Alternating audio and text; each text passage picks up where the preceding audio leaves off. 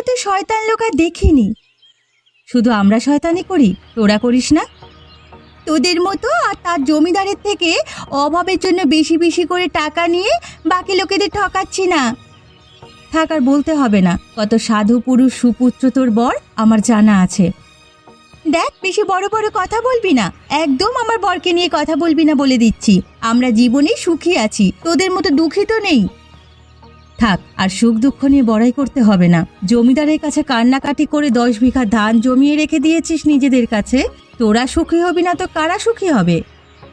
তাই নিয়ে তোদের কিসের হিংসে এত? তোদের আরো চোখের জল পড়বে, আমি বলছি, তোদের আরো চোখের জল পড়বে।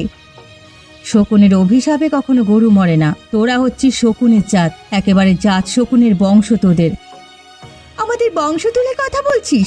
তোরা কি? তোরা তো গরিব ভিখিরির জাত। পুকুর পাড়ে দুবারে থাকি আমরা, অথচ তোরা একেবারে নির্লজ্জ বেহায়া, কোনো মরদ নেই তোদের। থাক থাক, নিজেদের আর বড়াই করতে হবে না। আমরা দুঃখী হই যাই হই, যেভাবে বাঁচতে ইচ্ছে হয় বাঁচবো।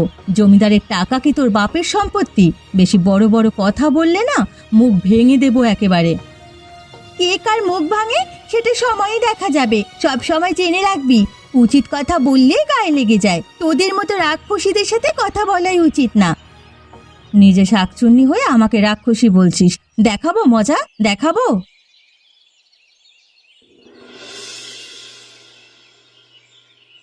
জীবনে শান্তি নেই, বুঝলে তো?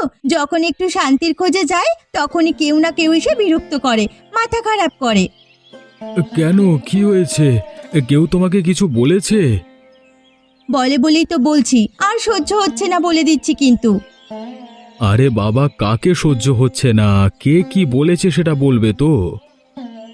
ওই যে আছে তো একজনই, গ্রামের মধ্যে আর কে আছে আমাদের পিছনে কাঠি করার সাহস রাখে? কেন, রতনের বউ আবার কিছু বলছিল নাকি? আমরা নাকি জমিদারের জমি নিয়ে রেখেছি, তাই নিয়ে উল্টোপাল্টা বলছিল। আর নিজেরা কি করেছে জ্ঞান নেই? কেউ কি আর নিজের কাছে আঙুর টক বলে? তাহলে আমাদের বুদ্ধি করতে হবে। কি বুদ্ধি করবে শুনি? আমাদের যে করি হোক ওদের সাথে সন্ধি করে একসাথে জমিদারকে দেউলিয়া করতে হবে, আর না হলে ওদেরকে ঠকিয়ে জমিদারের সমস্ত সম্পত্তি আমাদের হাত করতে হবে। তবে যেটা করার তাড়াতাড়ি করো, এরপর না হলে জল মাথার উপরে চলে যাবে। তুমি চিন্তা করো না, সেটা আমি কিছুতেই হতে দেব না। আমাদের প্রধান উদ্দেশ্য হচ্ছে জমিদারকে শেষ করা। ওরা যতই দুঃখে থাকুক, আমরা যতই সুখে থাকি, আমাদের উদ্দেশ্যটা কিন্তু এক। বোকা জমিদারকে যতক্ষণ না শেষ করতে পারছি ততক্ষণ শান্তি নেই। ঠিক আছে, তাড়াতাড়ি করে খেয়ে নাও এবার।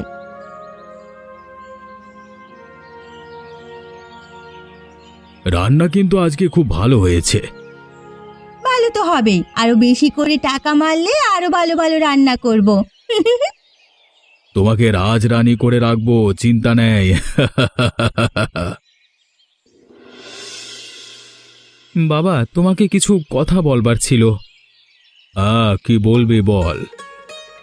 বাবা, তুমি জিজ্ঞেস করছিলে আমার জমিদারি কেমন চলছে।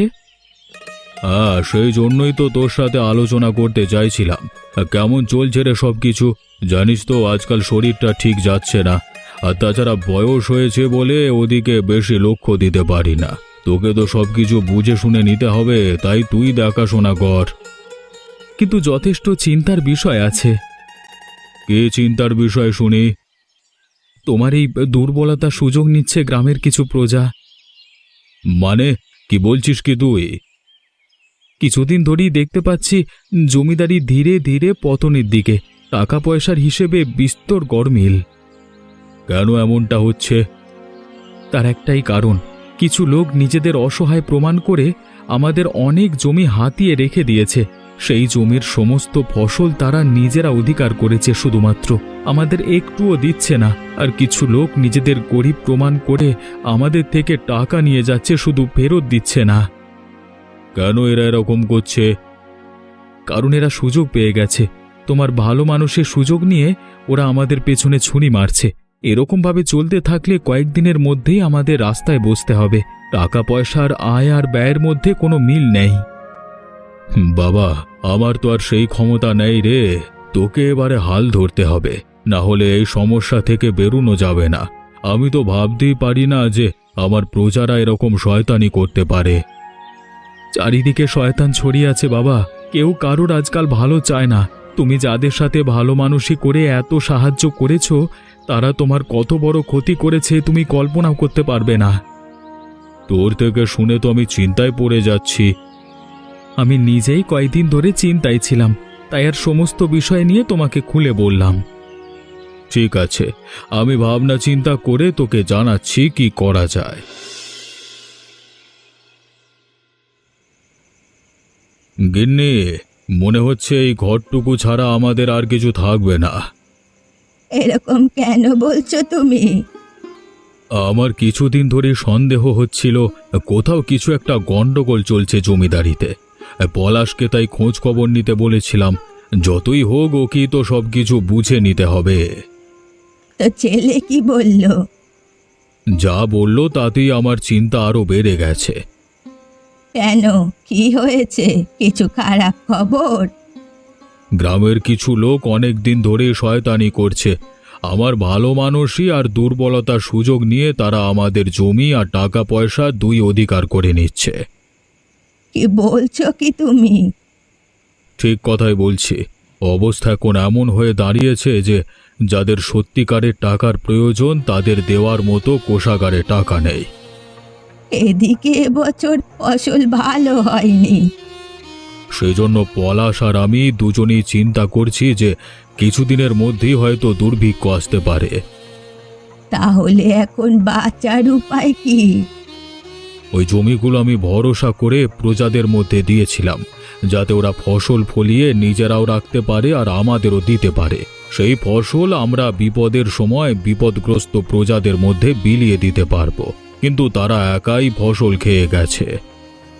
তাহলে এবার? গ্রামের এক সম্প্রদায় ধনী হয়ে উঠেছে আর এক সম্প্রদায় ভয়ানক গরিব। এ তো খুব চিন্তার বিষয়।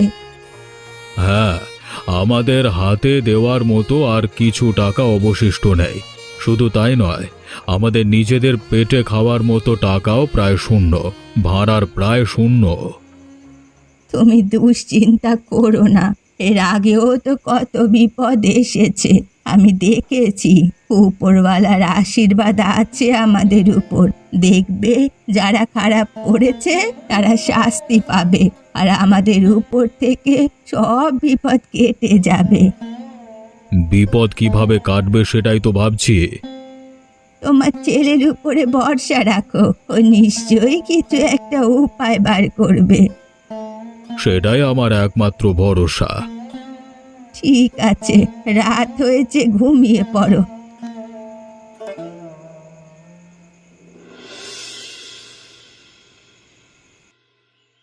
জানো আজ কি হয়েছে? কি হয়েছে গো? গ্রামে সবাই বলা বলি করছে যে জমিদার নাকি ভিখিরি হয়ে গেছে, গ্রামে তাই দুর্ভিক্ষ আসতে চলেছে। কি বলছো কি তুমি? আমার তো আনন্দ আর ধরছে না শুনে। উফ, যখন আমি শুনলাম আমি নিজেই হাসি চেপে রাখতে পারিনি। কতদিনের ইচ্ছে ছিল ওই বুড়ো ভামটাকে রাস্তায় বসাবো। এতদিনে মনে হচ্ছে আমার স্বপ্ন পূরণ হয়েছে। কি মনে হলো? গ্রামের লোকজন খুব রেগে আছে? জমিদার টাকা দিতে পারছে না, তাই ভয়ানক রেগে আছে সবাই জমিদারের উপর। দিতে পারবে কি করে? সব টাকা তো গোপালরা নিয়ে বসে আছে। আর ফসল দিতে পারছে না কারণ সব জমি তো আমি নিয়ে বসে আছি। এবারে তো মনে হচ্ছে লোকজন রেগে জমিদারকে আর ওর ছেলেকে গাধার পিঠে করে ঘোরাবে, তাও আবার জুতো মারতে মারতে। তাই মনে হচ্ছে আমারও। বেটাদের তবে উচিত শিক্ষা হবে, খুব জমিদারি করবার শখ শখ পূরণ হয়ে যাবে একেবারে একবারে। তাহলে তো আর ঘুরে দাঁড়ানোর রাস্তা নেই।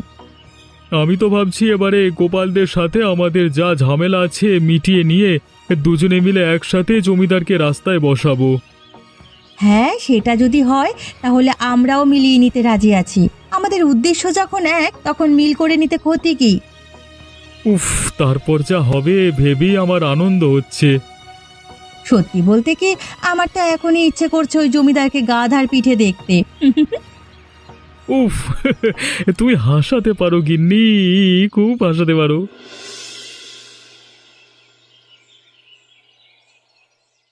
বাবা, কিছু খবর দেওয়ার ছিল তোমাকে। কি হয়েছে পলাশ? তোকে এরকম উত্তেজিত লাগছে কেন? এই মুহূর্তে আমি গ্রামে প্রজা বিদ্রোহের খবর পেলাম। মানে কি বলছিস কি? এতদিন ধরে আমি যে প্রজাদের লালন পালন করলাম তারা এখন বিদ্রোহ করতে চাইছে? তারা স্বাভাবিক কারণেই প্রতিবাদ জানাতে চাইছে বাবা। কিন্তু কেন? গ্রামে এবছর ভালো ফসল হয়নি, তাদের ঘরে খাবার জন্য কিছু নেই। এদিকে জমিদারের কাছে চেয়েও কোনো সাহায্য পাচ্ছে না। তাদের কাছে বিদ্রোহ করা ছাড়া কোনো উপায় নেই বাবা। আমাদের উচিত এই মুহূর্তে যে করি হোক ওদের পাশে দাঁড়ানো। কিন্তু পাশে দাঁড়ানোর মতো সম্বল আমাদের কাছে নেই বাবা। এতগুলো লোক না খেতে পেয়ে মারা যাবে, এটা তো হয় না। সত্যি কথা বলতে কি, আমাদের সংসার ভালো করে চালানোর মতো সক্ষমতা আমাদের নেই। গ্রামের মধ্যে আমাদের সত্যি করে কারা ক্ষতি করছে, কারা বদমাইশ প্রজা, তাদেরকে খুঁজে বের করে উচিত শাস্তি দিতে হবে। দরকার হলে শেষ করে দিতে হবে। জমিতে যেমন আগাছা সাফ করতে হয় তেমন ওদেরকেও সাফ করে দিতে হবে। আর এই কাজে দায়িত্বটা তোকে নিতে হবে। ঠিক আছে বাবা, আমি রাজি, তুমি আমাকে শুধু আদেশ করো। ঠিক আছে, তুই যা ইচ্ছে কর, শুধু আমার ভালো প্রজাটা যেন ভালোভাবে বেঁচে থাকে এটাই তোকে দেখতে হবে। ঠিক আছে বাবা, আমি রাজি। কই রে, বাড়ি আছিস গোপাল? আরে রতন, আয় আয়। আমি কেন এসেছি জানিস? বল না। এখন সময় এসেছে আমাদের মধ্যে সমস্ত ঝগড়া ঝামেলা মিটিয়ে নিয়ে হাতে হাত রেখে কাজ করবার। লতা, আমরা হয়তো এর আগে অনেক ঝগড়া করেছি, কিন্তু এবার আমাদের মিশে যাওয়ার সময় হয়েছে। আমিও এই কথাটাই ভাবছিলাম। এ নিয়ে আমরা সেদিনকেই আলোচনা করছিলাম। এখন অবিনাশবাবুর অবস্থা খারাপ। গ্রামে দুর্ভিক্ষের জন্য সবাই খুব রেগে আছে জমিদারের উপরে। এখনো যদি সমস্যার সমাধান ওরা করতে না পারে, তাহলে হয়তো জমিদার বাড়িতে আক্রমণ করতে পারে উত্তেজিত গ্রামের লোক সবাই একসাথে। আর ঠিক এই পরিস্থিতিটারই ফায়দা নিতে হবে আমাদের। এমনিতেও আমরা জমিদারকে একেবারে খেলনা করে রেখেছি। পয়সা খেয়ে খেয়ে আর কিছুই নেই ওর কাছে। কিন্তু যেটা বেঁচে আছে সেটা হচ্ছে অহংকার। চিন্তা নেই, অহংকার ভেঙে যাবে। আর সেই অহংকারটা ভাঙার জন্যই আমাদের সবাইকে এক হওয়া দরকার। আমাদের কাজ হবে এবার কোনো লোকেদের উত্তেজিত করা। আর লোকেরা যখন ভয়ানকভাবে উত্তেজিত হয়ে উঠবে, তখন আমরা জমিদারকে হুমকি দিয়ে যা সম্পত্তি আছে সব হাতিয়ে নেব। তাহলেই তো শেষ পর্যন্ত জমিদারি সবকিছু নিয়ে নেওয়ার পর উত্তেজিত জনতার হাতে মার খাওয়ানো যায়। একদম সেটাই করব আমরা, আর তাতেই যা হবার তাই হবে। এই খুশিতে আজ আমি রান্না করছি, আমরা সবাই একসাথে খাবো। বাকি পরিকল্পনা আজকে সারা দিনে করে ফেলতে হবে। একদমই আর বেশি সময় নেওয়া যাবে না। এখন তাওয়া গরম আছে, এখনই যদি রুটি সেকা না যায় তাহলে দেরি হয়ে যাবে। ওই বংশে যতক্ষণ না পতন হচ্ছে ততক্ষণ শান্তি নেই। ঠিক আছে, তোমরা উঠে এসে বসো, আমি রান্না করছি। আজ এই আনন্দে আমাদের ভোজ হবে। তোমরা এত বড় মূর্খ বলে এরকম হাহাকার করছো। আরে আমরা খেতে পাচ্ছি না, তোমরা তো আনন্দে আছো, তাই আমাদের দুঃখটা বুঝছো না। আমরা তোমাদের দুঃখ বুঝতে পারছি বলেই তোমাদের বুদ্ধি দিতে চাই। আর সেই বুদ্ধিটা হচ্ছে যে যত তাড়াতাড়ি সম্ভব পুরো গ্রামের লোকেরা এক হয়ে জমিদারের বাড়ি আক্রমণ করো। তাহলেই একমাত্র ওই অত্যাচারী জমিদারকে বাগে আনা সম্ভব। এত শয়তান জমিদার যে প্রজাদের এত কষ্টতেও কোনো রকম সাহায্য করছে না। লজ্জাও করে না, পয়সা একা খেয়ে বসে আছে সব। নিজের আর নিজের পরিবারের পেট মোটা করছে। তোমাদের পাওনা টাকা নিজের ছেলের বিয়ে দেবে বলে গুছিয়ে রেখেছে। একমাত্র তোমরা যদি ওর বাড়িতে আক্রমণ করো, মারধর করো, তবে কিছু একটা উপায় বের হবে। ওই জমিদারের পতন ঘটাতেই হবে, না হলে শান্তি নেই।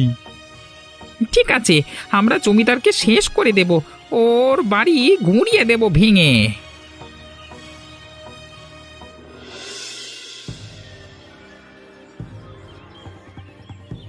বাবা বাবা, গ্রামের লোকজন উত্তেজিত হয়ে আমাদের বাড়ি ঘিরে ফেলেছে। আমি দারোয়ানকে বলে সব দরজা বন্ধ করে দিয়েছি, কিন্তু এরকম চললে বেশিক্ষণ আটকে রাখা যাবে না। তোর বাবার শরীর খারাপ, চল তোর সাথে গিয়ে আমি কথা বলবো, দেখি কে কি বলতে চাইছে। যাদেরকে এতদিন ধরে তোর বাবা এত সাহায্য করলো তারা কেন এরকম করছে সেটা জানতেই হবে। কি হয়েছে তোমাদের? তোমরা এভাবে উত্তেজিত হয়ে আমাদের বাড়ি কেন আক্রমণ করেছো? তোমাদের দাবি কি? আমরা খেতে পাচ্ছি না, গ্রামে প্রচণ্ড দুর্ভিক্ষ, চাষিরা আত্মহত্যা করছে, আর সেই অবস্থাতে জমিদার আমাদের এই নাকে সর্ষের তেল দিয়ে ঘুমাচ্ছে, কাউকে কোনো সাহায্য করছে না। তোমরা কার বুদ্ধিতে এখানে এসেছো? আমরা নিজেরা প্রতিবাদ করছিলাম, তবে গোপাল আর রতন বলেছে আমাদের এখানে আসতে। আমরা এর বিচার চাই। বিচার না হলে, প্রতিশ্রুতি না দিলে আমরা এখান থেকে যাব না। তোমাদের জমিদারের প্রচন্ড শরীর খারাপ, তাই আমরা কথা বলতে এসেছি। তোমরা ভুলে গেলে যে বাবু তোমাদের বিপদে আপদে কত সাহায্য করেছে সারা জীবন। বাবার হয়ে আমি কথা দিচ্ছি, 5 দিনের মধ্যে সব সমস্যা সমাধান হয়ে যাবে। গ্রামের কিছু লোক জমিদারের ভালো মানুষই সুযোগ নিয়ে যে অনাচার করেছে তোমাদের বিরুদ্ধে এবং এই জমিদারির বিরুদ্ধে, তাদের উপযুক্ত শাস্তি হবে খুব তাড়াতাড়ি। আর তারপরেই তোমরা তোমাদের পাওনা পেয়ে যাবে। আমরা 5টা দিন চাইছি, 5টা দিন আমাকেও দাও। ঠিক আছে, শেষবারের মতো সুযোগ দিলাম, আর সুযোগ দেব না। এবারে আক্রমণ করে বাড়ি ভেঙে দেব, তারপর তোমাদের সবাইকে শেষ করে দেব যত সব। কি ভাবছিস পলাশ? ভাবছি যে বলে তো দিলাম 5 দিনের কথা, কিন্তু কি করব বলো তো? তুই জানিস যে এই অনাচারের পিছনে কারা আছে। শক্ত হাতে তোর শাসন করার সময় এসেছে। যদি ওই পুকুর পাড়ের 2 সংসার টাকা খেয়ে বসে থাকে, তাদেরকে শাস্তি দিয়ে তাদের থেকে সমস্ত টাকা আদায় করে গ্রামের মানুষদের মধ্যে বিলিয়ে দে। জমি জমা ফিরিয়ে নিয়ে আবার চাষ করা শুরু কর, দেখবি সব ঠিক হয়ে যাবে। বলছো? একদম বলছি। এভাবেই ফিরে আসবে আগের দিন। সবার ভরসা আবার ফিরে পাবি। সবাই তোকে জমিদার বলে মেনে নেবে এবারে। গ্রামের মানুষদের বিশ্বাস অর্জন করাই আসল কথা। আমার পুরো ভরসা আছে তোর উপরে, তুই পারবি। আমি 5 দিন বললেও 2 দিনের মধ্যে সব সমস্যা সমাধান করব। কালকে সকালেই আমি ওদের ব্যবস্থা করব। দলবল প্রস্তুত করতে হবে এখন থেকেই। দুজনকে ধর। কি তোমরা আমাদের কাছে এসেছো কেন? তোমরা এরকম করছো, জানতে পারলে গ্রামের লোক তোমাদের শেষ করে দেবে। গ্রামের লোকের চিন্তাও তো তোদেরকে করতে হবে না, তাদের চিন্তা করবার জন্য আমরা আছি। এই তোরা মার ওদের। ওরে বাবা রে, মেরে ফেলো রে। ওরে কে কোথায় আছো, বাঁচাও গো। ওরে বাবা, আর মেরো না, এবার মরে যাবো। বাবু ছেড়ে দিন, ভুল হয়ে গেছে বাবু, আর কোনোদিন ওরা ভুল করবে না। তোমরা যা করেছো তার কোনো ক্ষমা নেই। জমিদারের পাশাপাশি তোমরা গ্রামের মানুষদের ক্ষতি করেছো, সেই ক্ষতি ক্ষমার অযোগ্য। বাবু আপনার পায়ে পড়ছি, দয়া করুন বাবু, দয়া করুন। আপনি যা বলবেন আমরা তাই করতে রাজি আছি, শুধু ওদের ছেড়ে দিন। ওগো আমাদের ছেড়ে দাও, তোমরা যা বলবে তাই করবো। ও বাবা, আমাদের ভুল হয়ে গেছে, আর কখনো করবো না ভাই। ছাড়তে পারি, তবে একটা শর্তে। যা টাকা পয়সা জমি জমা আছে সব আজকের মধ্যেই আমাদের দিয়ে দিতে হবে, আর এই বাড়ি ছেড়ে দিতে হবে এক্ষুনি। ঠিক আছে, তাই হবে, তাই হবে। আমাদের ছেড়ে দাও, তোমরা যা বলছো আমি তাতেই রাজি আছি। আমার লোকজন এক্ষুনি হিসেব বুঝে নেবে। আমরা এক করতে গেলাম আর এক হয়ে গেল। তবু ভালো যে প্রাণে বেঁচে গেছে ওরা। যেভাবে মারছিল দেখনি তো, আমি ভেবেছিলাম ওরা কেউ বাঁচবেই না। ওই জন্যই বলে বেশি লোভ করতে নেই। অতি লোভ করলে আমাদের মতনই অবস্থা হবে। এই কালকে আমাদের কাছে কত ধনসম্পত্তি ছিল, আর আজকে আমরা পথের ভিখিরি, খেতে পারছি না, কেউ খেতেও দিচ্ছে না আমাদের। চিটিংবাজি করে যে বড়লোক হওয়া যায় না সেটা বুঝতে পারলাম। কপালে এখন কত কষ্ট লেখা আছে তাই দেখো। তবু তোমরা যে বেঁচে গেলে এটাই অনেক। ওই জমিদারের ছেলে পলাশ ভয়ানক কঠোর, ওর বাবার মতো নরম মনের মানুষ নয়। আসলে বুঝতে পারিনি ও আমাদের সাথে এরকমটাও করতে পারে। সারা জীবন শুধু ওদের থেকে চুষেই এসেছি, কোনোদিন যে দাম দিতে হবে ভাবিনি। সেটাই তো ভাবছি, খুব কষ্ট হচ্ছে, হাঁটতে পারছি না। চলো একটু গাছতলায় গিয়ে বসি। হ্যাঁ চলো চলো, আমিও পাচ্ছি না, শরীরে খুব ব্যথা। এই দেখে নাও সবাই, তোমাদের সব টাকা পয়সা এই জমিদারের থেকে হাতিয়ে নিয়ে এরা বড়লোক হয়ে বসেছিল, আর আবার অসুস্থতার সুযোগ নিয়ে তোমাদেরকে ঠকাচ্ছিল। এখন কি করা উচিত এদের সাথে? শাস্তি দাও, শাস্তি দাও। ওগো, তোমরা শাস্তির কথা বলো না, আমরা ভয়ানক শাস্তি পেয়েছি। আমাদের ঘরদোর সব কেড়ে নেওয়া হয়েছে। এখন আমরা পথের ভিখারি, আমরা খেতে পাইনি, শরীরের অবস্থা ভয়ানক খারাপ। সবার সাথে চিটিংবাজি করলে এরকমই হবে। কিভাবে ভাবলে তোমরা সারা জীবন এরকম চিটিংবাজি করে জমিদারকে ঠকিয়ে আর লোকজনকে উত্তেজিত করে নিজেরা বড়লোক হয়ে যাবে? স্বার্থপর লোক, এদের এই গ্রামে কোনো ঠাঁই নেই। তাড়িয়ে দাও, ওদের তাড়িয়ে দাও। আবার চোখের সামনে থেকে এক্ষুনি তোমরা এই জুতোর মালা গলায় নিয়ে গ্রাম ছেড়ে চলে যাও, আর কোনোদিন তোমরা ফিরে আসবে না। তোমরা দুটো শয়তান বদমাশ, এই গ্রামে এলে তোমাদের ঠ্যাং ভেঙে দেব আমি।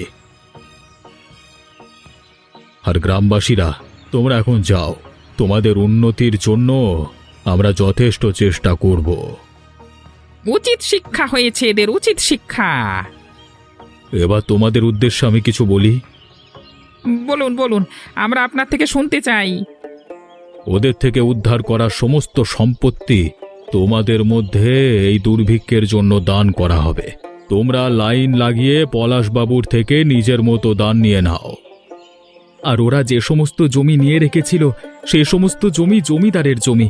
সেই জমি আবার নিয়ে তাতে চাষ করা হবে, আর দুর্ভিক্ষের সময় তোমাদেরই দেওয়া হবে। গ্রামের ভালো দিন আবার ফিরে আসবে। তবে এখন থেকে তোমাদের নতুন জমিদার পলাশবাবু। জয় পলাশবাবুর জয়, জয় পলাশবাবুর জয়।